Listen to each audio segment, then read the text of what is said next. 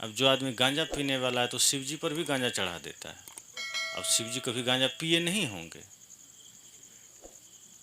आदमी कहता है कि शिव जी पर गांजा चढ़ता है, भांग चढ़ता है, इसलिए हम भी पी लेते हैं, शिव जी का प्रसाद है। तो शिव जी तो जहर भी पिए थे, कभी पी के देख लो तो मज़ा आ जाएगा। शिव जी सांप को भी गले में डालते थे, आप भी डाल के देखिए। शिव जी बिच्छू को भी यहाँ बांधे रहते थे, आप भी बांध के देखिए। तो आदमी कुतर्क करता है।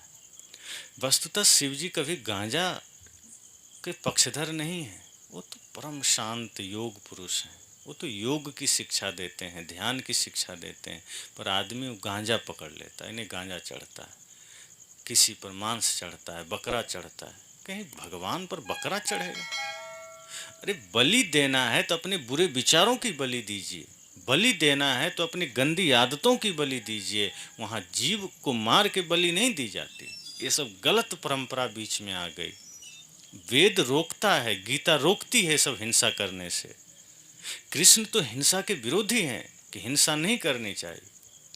हाँ, कोई समाज, राष्ट्र, मानवता के लिए कुछ गलत कर रहा है तब उसको मृत्यु दंड देने का प्रावधान है, न कि पूजा के नाम पे जीव हिंसा करनी है। अगर हम राम जी को मानते हैं, कृष्ण को मानते हैं, वेद को मानते हैं, तो वहाँ तो हिंसा विरोध है, हिंसा का विरोध है। फिर हम क्यों कहते हैं कि हम भारत के लोग हैं, हम हिंदू हैं, हम सनातनी हैं, तो हम राम जी के पुजारी हैं, कृष्ण जी के पुजारी हैं, तो शिव जी के पुजारी हैं। और वे लोग तो ऐसा कहते ही नहीं हैं।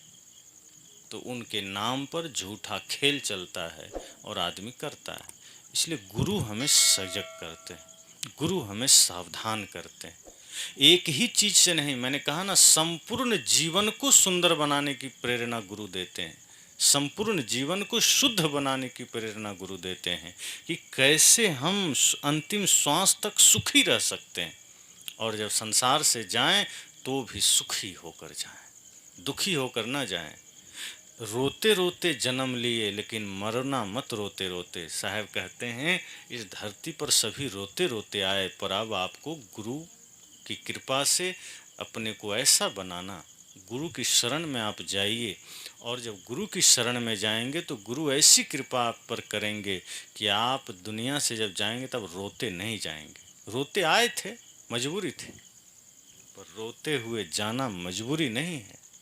ये संसार ऐसा है कि अब जब आप जाएं तो आप हंसते हंसते जाएं और आपके जाने से लोगों की आंखों में आंसू आए। जब किसी बच्चे का जन्म होता है तो बच्चा रोता है और लोग हंसते हैं, माता पिता बंधु बांधव खुश होते हैं, थाली बजाते हैं, मिठाइयाँ बांटते हैं कि बच्चे का जन्म हुआ है। साहब कहते हैं बच्चा रो रहा है और सब लोग हंस रहे हैं। लेकिन अब आप ऐसा करना, ऐसी कमाई करना, ऐसी करनी करना कि आप जाएं तो हंसते हंसते जाएं, मुस्कुराते हुए जाएं, आनंद से जाएं, और आपके जाने से लोग के आंखों में आंसू आए। और ऐसा कब होगा? जब हमारा कर्म सुंदर होगा, जब हमारा कर्म महान होगा, जब हमारा कर्म समाज के उपयोग के लिए होगा। जब एक उपयोगी आदमी, एक सुंदर आदमी, एक समाज के लिए वरदान आदमी जब धरती से जाता है तो समाज के लोग रो देते हैं, आंखों में आंसू आ जाते हैं। लेकिन कोई समाज का नुकसान करने वाला, दूसरों के दिल दुखाने वाले धरती से जब जाता है तो लोग हंसता है, अच्छा हुआ चल गया। साहब कहते हैं इसलिए ऐसा कर्म करके मत जाना, ऐसी कमाई करके जाइए, ऐसा कर्म करके जाइए कि आप हंसते जाएं, मुस्कुराते जाएं, यही जीवन की सफलता है।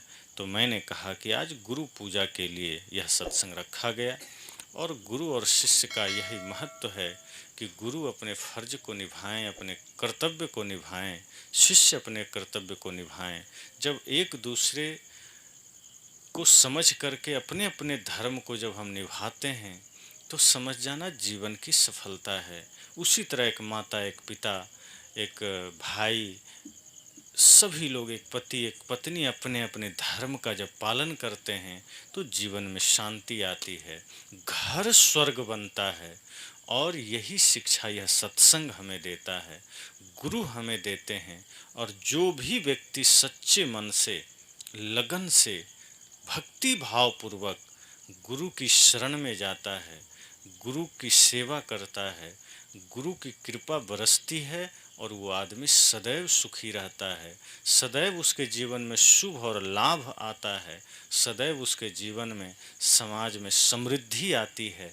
तो आप सबके जीवन में भी समृद्धि आए, आप सबके जीवन में भी शुभ लाभ आए, लेकिन इसके लिए आप सबको अपने अपने धर्म का पालन करना होगा। इसके लिए सत्संग से जुड़ना होगा, गुरु की शरण में जाना होगा, और तब गुरु की कृपा, गुरु का आशीष मिलता रहेगा।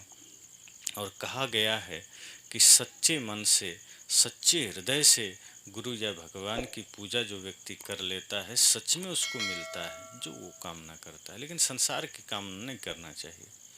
हम गुरु की पूजा करते हैं, भगवान की पूजा करते हैं, और कामना में क्या मांगते हैं? हमको धन दे दो। तो गुरु से अगर कुछ मांगना है तो धन मत मांगिए, क्योंकि धन अगर गुरु से मांग लिए तो सोचिए कि वो धन तो यहीं छूट जाएगा और आपका वरदान व्यर्थ गया। तो गुरु से ऐसा धन मांगिए जो यहीं न छूटे।